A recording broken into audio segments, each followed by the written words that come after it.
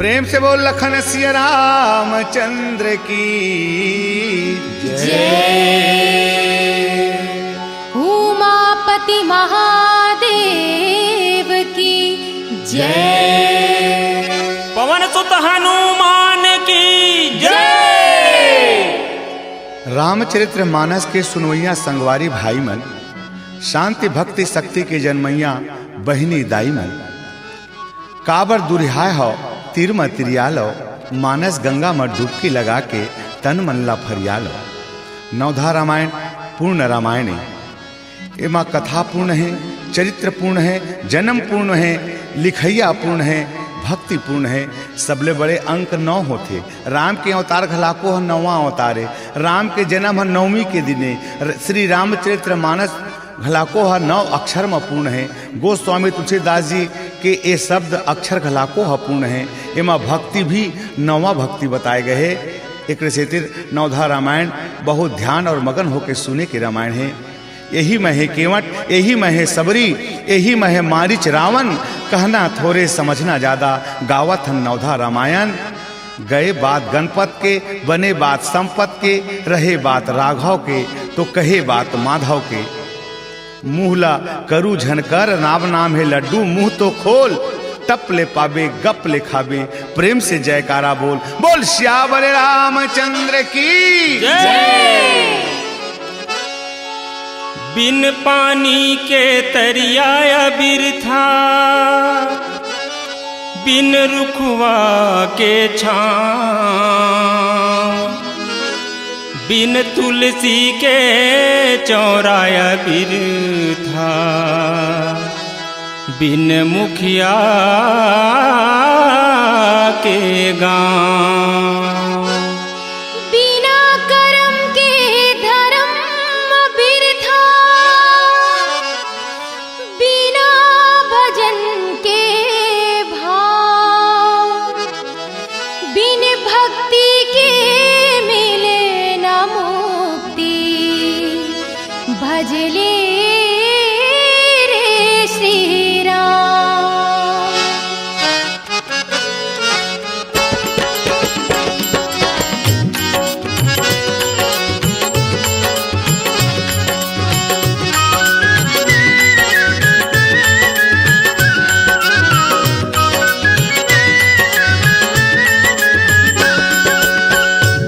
जी हाँ होत कथा श्री राम के, जी हाँ होत कथा श्री राम के। ए मोर भाई पहली बिराजे हनुमान, ए मोर भाई पहली बिराजे हनुमान। तिहा तिहा पहुँचे देवता चारों धाम के, तिहा तिहा पहुँचे देवता चारों धाम के। धन धन तुलसी कथा लाते लिखे भगवान के, धन धन तुलसी कथा लाते लिखे भगवान के।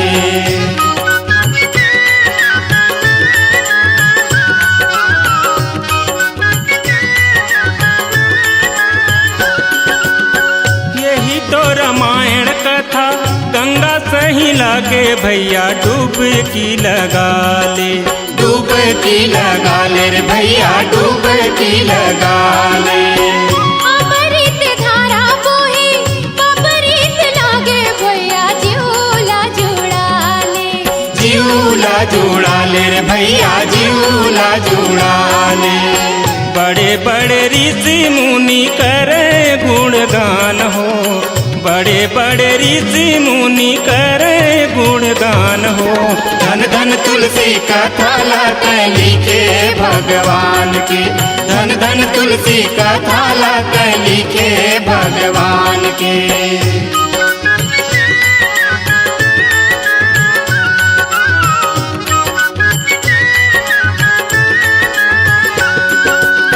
धन्य धन्य श्री तुलसीदासा, भजो रामा सिया रामा। जगहित रामा यण रच राखा, भजो रामा सिया रामा। श्री रामायण स्वर्ग निसैनी, भजो रामा सिया रामा। भक्त जनन कहा सिया रामा। जी हाँ होत कथा श्री राम के, जी हाँ होत कथा श्री राम के।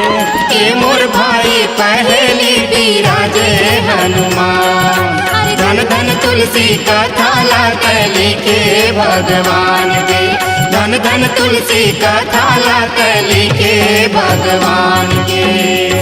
धन्य धन्य श्री तुलसीदासा, जगहित रामायण रचि राखा। भगवान श्री रामचंद्र जी की परम पावन कथा के सानिध्य में आप हम सब विराजमान हैं भैया। संत शिरोमणि भक्ति भावना के पारसमणि श्री संत गोस्वामी तुलसीदास जी के रामचरित्र बड़ा महान है। ओकर कथा महान है, ओकर लिखैया महान है, ओकर सुनैया महान है। ये हमरे भर देश के बात नो है, ये दुनिया जहान में सबो जगह तुलसी के कथा के बखान है। तय छूट झन जाबे भैया, तय भजबे तभे तो पाबे, तय खाबे तभे तो तोर पेट भरी, तय जन्मबे तो ही है तो मरबे। चार चीज ला खुद करेला पड़थे भैया, जन्म ला, मरण ला, भोजन ला और पूजन ला।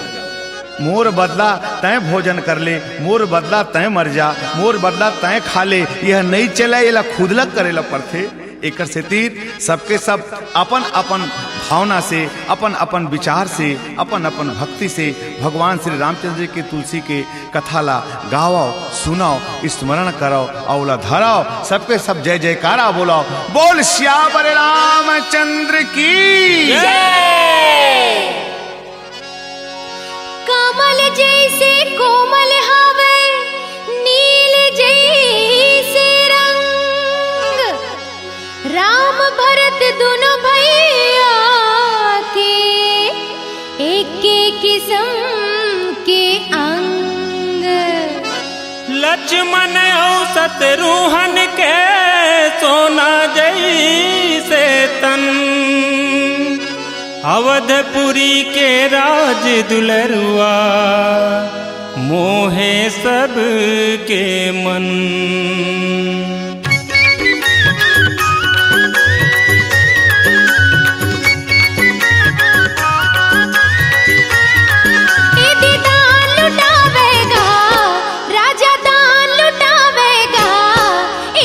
अवधपुर के नर नारी मन खुशी मनावेगा, ये अवधपुर के नर नारी मन खुशी मनावेगा। ये दे मंगल गावेगा, झूमे नाचे गावेना, ये अवधपुर के नर नारी मन खुशी मनावेगा, ये अवधपुर के नर नारी मन खुशी मनावेगा।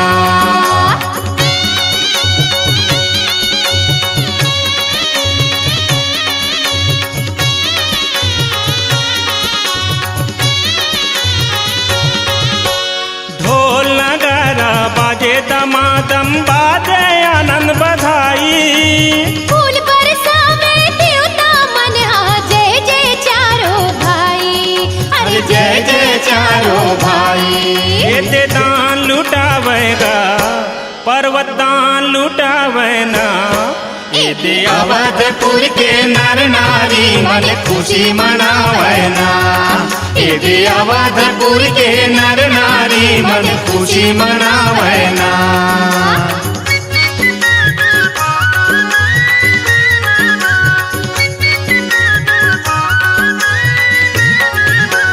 बिंद बिंद मिली चली लोगाई, रामा भजो सिया रामा, सहज सिंगार की उठी धाई, रामा भजो सिया रामा।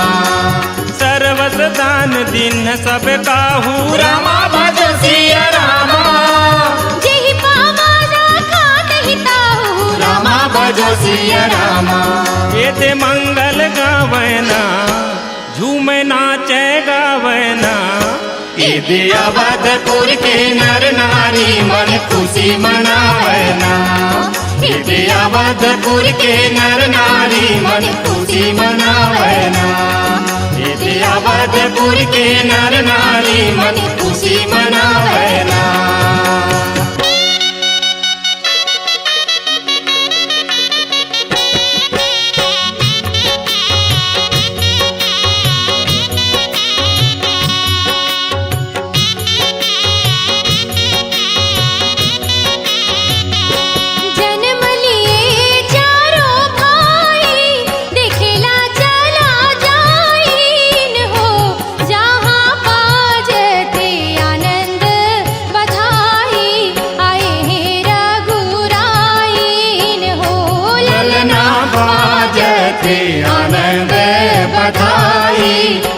प्रगटे रघुराई न हो।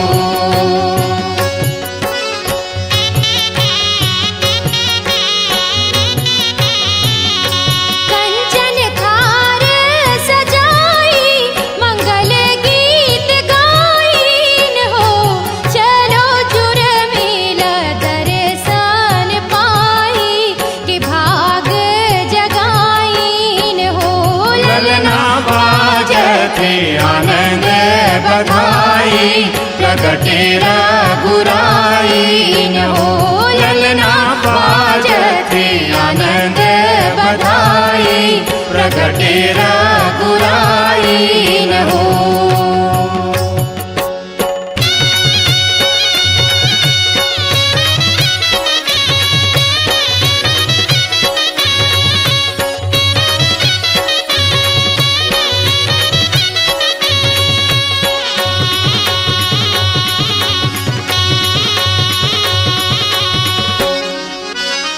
बृंद बृंद मिली चली लोगाई, सहज सिंगार किए उठी धाई।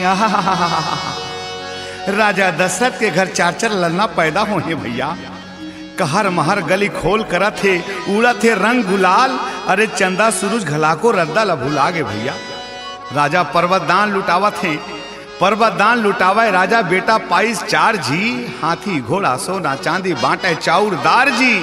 लकर लउहा जाथे बिसहुआ दौड़त जाथे चैती, सब झन ले अघुआ के कुंवरिया बन गे ऊकर पैती।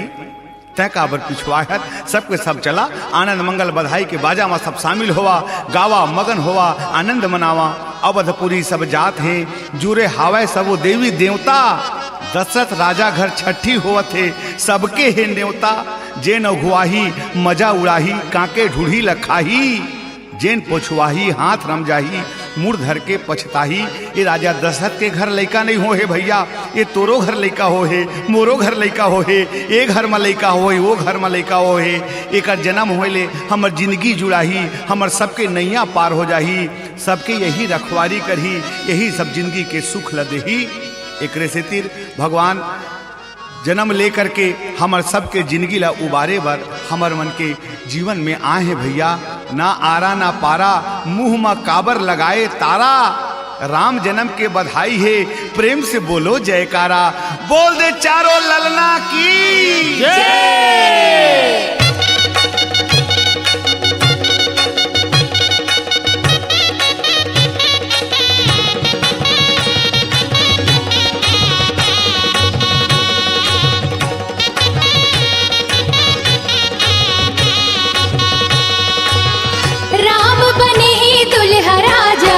जनकपुरे चलो चल दीदी, राम बने ही दुल्हा राजा, जनकपुरे चलो चल दीदी।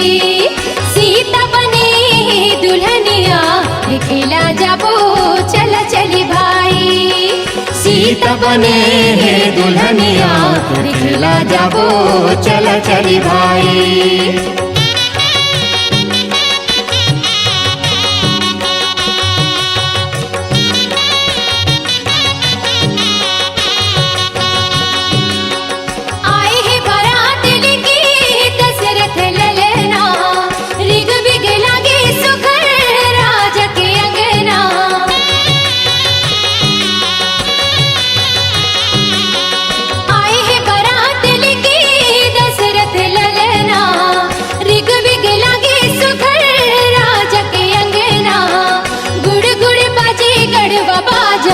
जनकपुरे चलो चल दीदी, सीता बने हे दुल्हनिया, खेला जाबो चला चली भाई।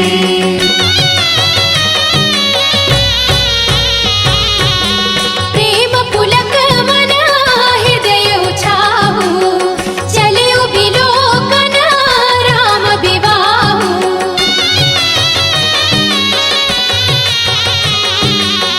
बाजहि बाजन विविध प्रकारा, नभोरु नगर सो मंगल चारा।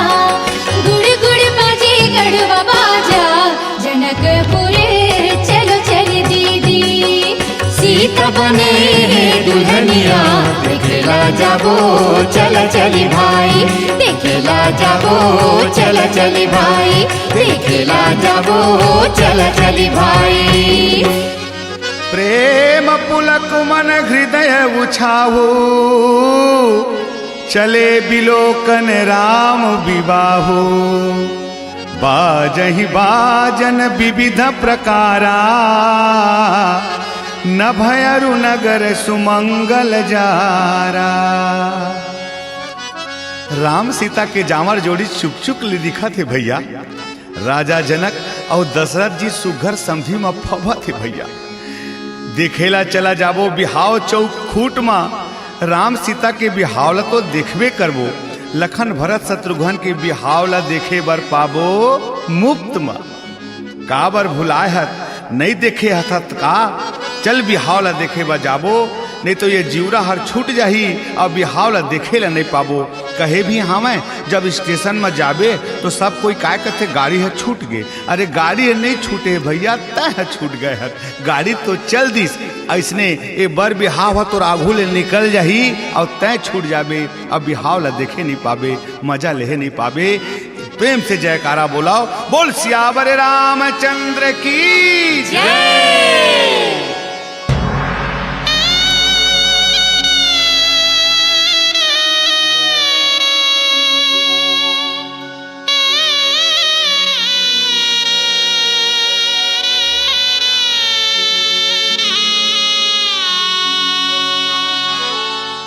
धरर धरर के रोवे रानी, होगे राजा कठवा। ये पुरवासी पीटत छाती, लग गे बानी लालकवा। आज अवध के फाटत धरती, हाय अभागिन चोला। करम के लिखना लिख गे विधना, 14 बरस के रोना। हो 14 बरस के रोना। सुनना हो अवधपुर रोवत रे, राम सीता लखन बन जावत रे। राम सीता लखन बन जावत रे। सुनना हो अवधपुर रोवत रे, राम सीता लखन बन जावत रे। राम सीता लखन बन जावत रे।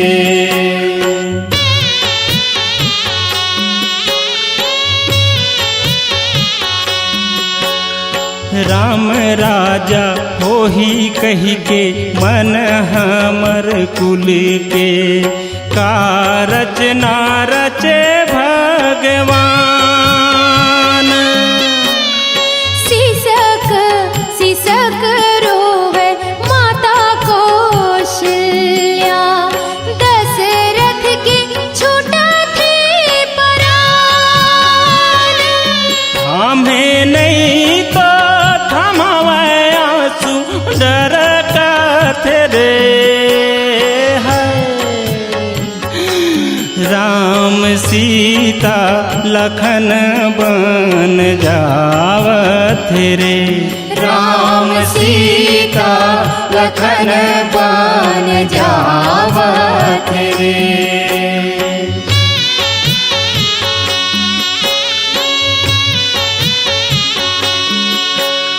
सुनी भय विकल सकल नर नारी, राम भजो सिया बेली बिटप जी में देख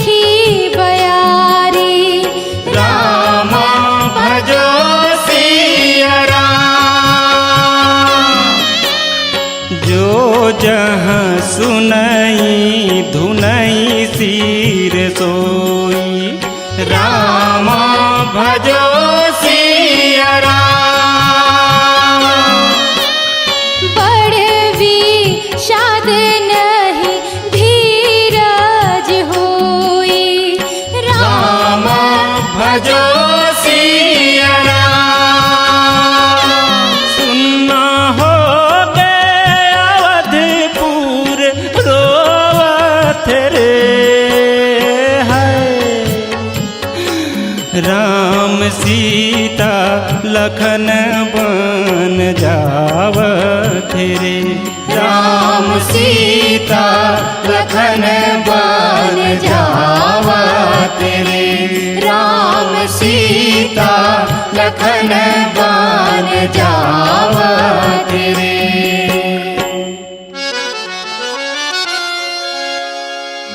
सुनि भय विकल सकल नर नारी बेली बिटप जिमी देख बयारी। जो जहाँ सुनई धुनई सिर सोई बड़ विषाद नहीं धीरज होई। भैया जिंदगी के गति काल के मति ल कोनो नहीं जान सके। अवधपुर में छाए रहे आनंद मंगल का कर्म के गति आइस के राम निकल गए जंगल। राम वनवास जाए कि जब नर नारी मल्ला पता लगिस तो नगर के नर नारी व्याकुल हो गए, जिंदगी के सिंगवारी व्याकुल हो गए, सबो महतारी व्याकुल हो गए, अवधपुरी के घर द्वारी व्याकुल हो गए। राम राजा हो ही कह के पुलकत रहे, नर नारी खोल अंगना कुलकत रहे। पिता आज्ञा म राम बन निकल गए, कोनो रथ ला रोकत हैं, कोनो राम सीता ला जाए बर बरजत हैं। महल मिथरी दशरथ के प्राण छूटत थे, भैया का हो ही कैसे हो ही कह के मन में गुने लागत हैं।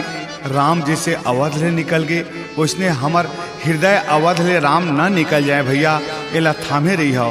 काबर की कोनो लोभ मोह के जब पड़थे माया, राम निकल जाते छोड़ के एकाया। हृदय अवध म 10 इंद्री है दशरथ, लोभ मोह के कई मंथरा जब तन ला देथे मत, तब हृदय अवध ले राम निकल जाते। तब जीवरा राम दरस पाए बर व्याकुल हो जाते, व्याकुल हो जाते। राम के भजन लगाहा, तन मन में ध्यान लगाहा, एक बार जय जयकारा बोलिया, बोल श्यावर रामचंद्र की।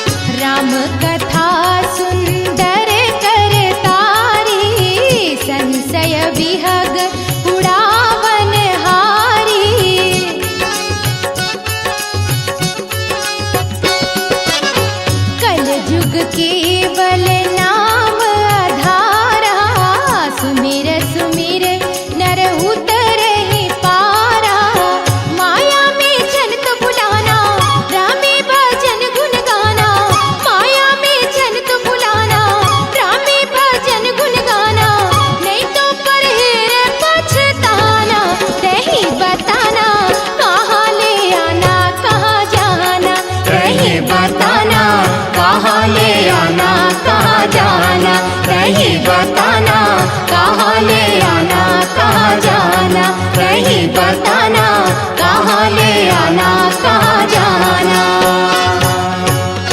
राम कथा सुंदर करतारी संशय विहग उड़ावनहारी। अरे भैया ये तन के नहीं है ठिकाना, राम भजन में है जिंदगी बिताना। पहली सांस है तोरे दूसरिया सांस तो ऊपर वाले किए, ये कब छूट जाही तोला पता नहीं पावे। काकर पारी कब आही कोनो जान नहीं पाही। तय जिन ला अपन कहत हस ये तेन तोर नो है भैया, कहे भी हमाए दुनिया में ये जीव ला छूटे में कोई टाइम नहीं लागे। संझा नहीं तो मुधियार ले, मझनिया नहीं तो भिनसार ले, चोला ला तुर ले जाही भजन बिना यम के द्वार ले। खेत नहीं तो खार ले, घर नहीं तो कोठार ले जाही तो ला एक दिन हटरी नहीं तो बाजार ले। सर्दी खांसी डकार ले, पेट पीरी नहीं तो आजार ले, कई ठन लेगे के रद्दा है जर नहीं तो बुखार ले। मंगल नहीं तो बुधवार ले, बृहस्पति नहीं तो शुक्रवार ले, कौन दिना तैला जायला पर ही शनिचर नहीं तो इतवार ले। त सोच ले विचार ले बाकी ला विसार ले, राम भजन लगा के संगवारी अपन चोला ला उबार ले। एक से तिर मैं कहा था राम भजन लगा ले और राम भजन लगा के अपन नैया पार लगा ले। ये जिंदगी के नहीं है ठिकाना, एकर मोल न तोल और राम नाम ही हवा सहारा भैया। प्रेम से जयकारा बोल बोल श्यावर रामचंद्र की जय।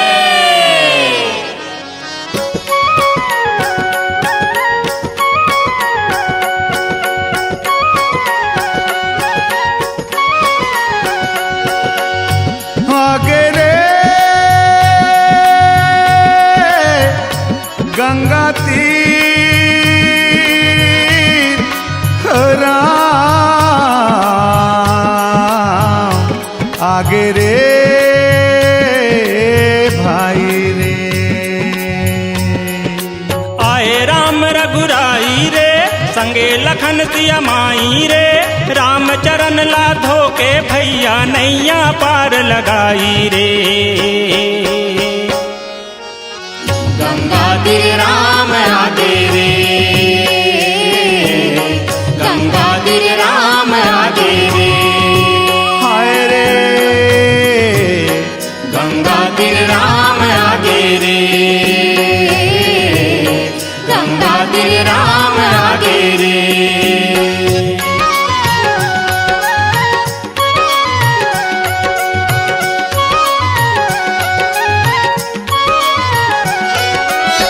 जिंदगी के राम जी खेवैया,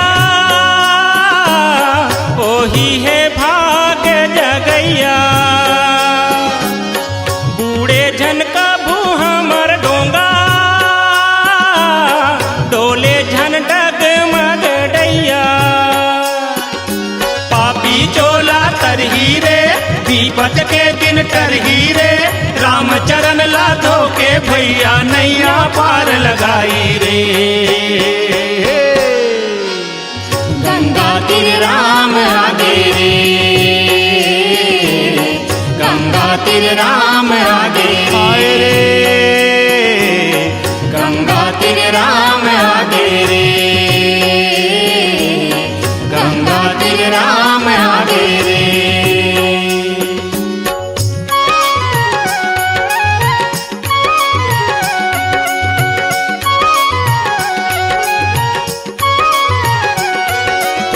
राम रजाय तू आय तू पावा,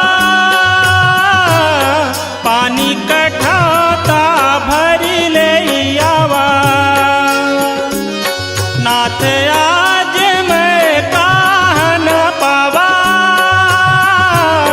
मीटे दोष दुखदारी दावा।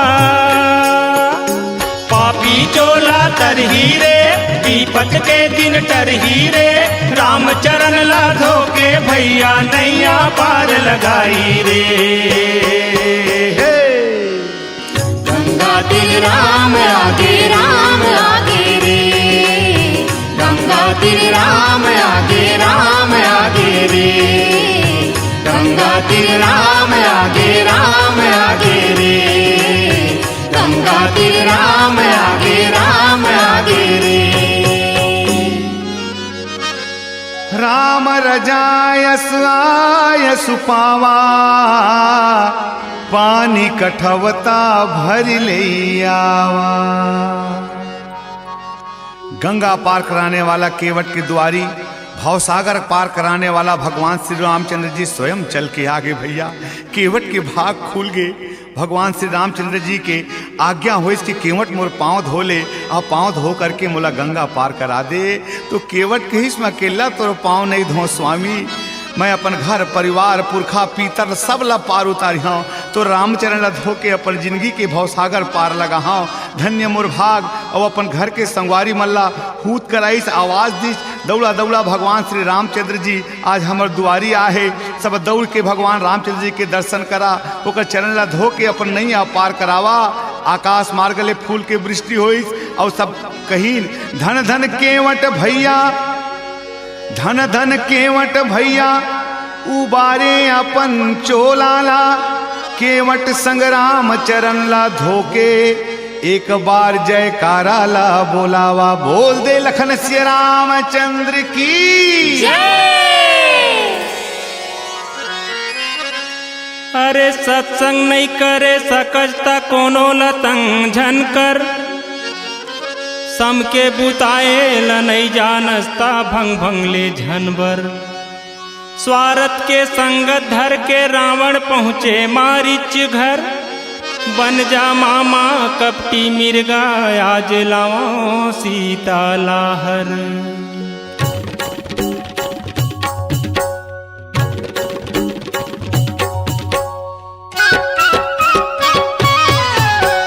मिर्गा नहीं बाँचे रामा हो, मिर्गा नहीं बाँचना, मिर्गा नहीं बाँचे रामा हो, मिर्गा नहीं बाँचना।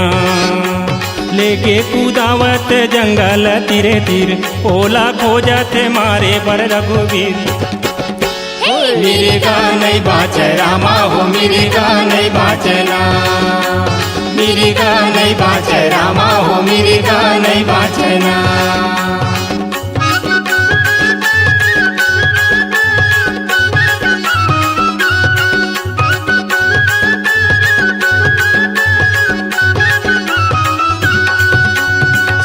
के मिर्गा हो ये दे भागत ये दे दौड़त मिर्गा हो, कपटी है निमगा हो ये दे लुकत ये दे छुपत मिर्गा हो। मिर्गा नहीं बाँचे रामा हो, मिर्गा नहीं बाँचना, मिर्गा नहीं बाँचे रामा हो, मिर्गा नहीं बाँचना।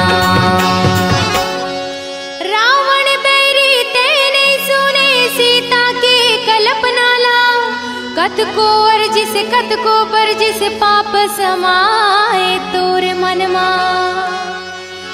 लेके लेके वो दाई लेके वो नहीं है कोनो बचैया, लेके लेके वो हर के लेके वो नहीं है कोनो छोड़ैया। रावण लेके वो हर के लेके वो नहीं है कोनो देखैया, रावण लेके वो हर के लेके वो नहीं है कोनो देखैया। तेहि बन निकट दसानन गयऊ, तब मारीच कपट मृग भयऊ। सीता के बिलाप सुनि भारी, भयऊ चराचर जीव दुखारी। सत्संग के असर भारी होते भैया। रावण के संगत में मारीच मर गे, रावण राम सो तपिस ओकर बर वह खपिस। दुनिया में आनो के चीज ला वह अपन चीज का है, मोर ला मोर तोर ला तोर, ये समझने जानने वाला आदमी ही दुनिया में जिए सकते हैं भैया। पहली के समय रहे तो तोर हा तोरे और मोर हा घलाको तोरे, ओकर बाद जमाना आइस भैया तोर हा तोरे मोर हा मोरे। अब तो इतना जमाना आगे भैया मोर हा मोरे और तोरो हा मोरे। ऐसे जमाना आगे ते दुनिया में चीज ला बना के सोच के समझ के राम भजन में मन ला लगा के सत्संग में एकर लाभ लेकर के जिंदगी के मजा लेना चाहिए भैया। एक बार जय जयकारा बोलाओ, बोल सियावर रामचंद्र की जय। धन धन लाला अंजनी के सिंदूर तोर सिंगार, राम नाम के मुंदरी धर के करत सागर पार।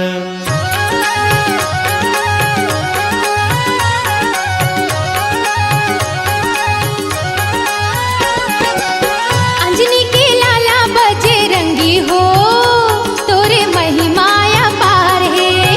अंजनी के लाला बजरंगी हो, तोरे महिमाया पार है।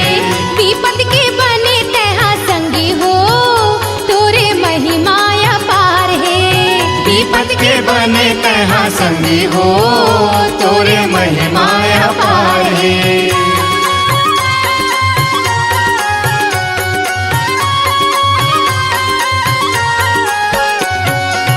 लंकापुर जाके सिया सुधिलाए, जय महावीर तहा लंका जराए। लंकापुर जाके सिया सुधिलाए, जय महावीर तहा लंका जराए। लक्ष्मण के प्राण बचाए हो, तोरे महिमाया पार है। अंजनी के लाला बजरंगी हो, तोरे महिमाया पार है।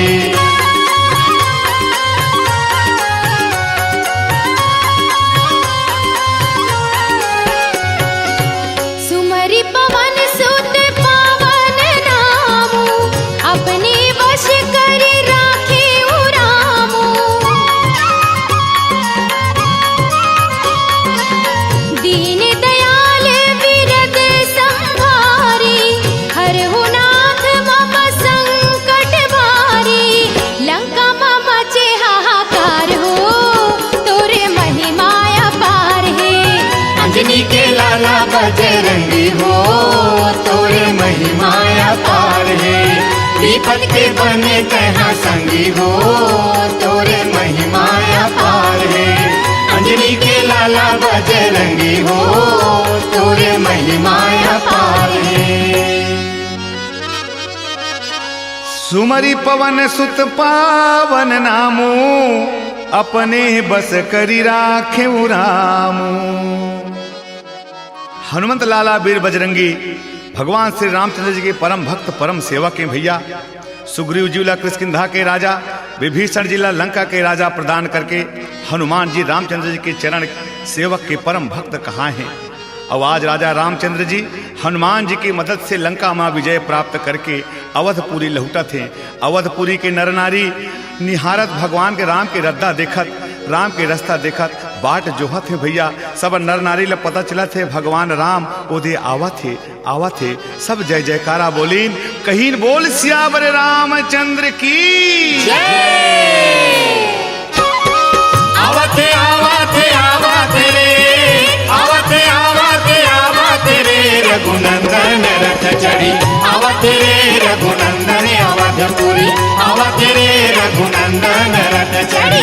आवते रे रघुनंदन अवधपुरी। जय जय जय सब देव करत है, नभ से देव सुमन बरसत है। राम लखन सिया की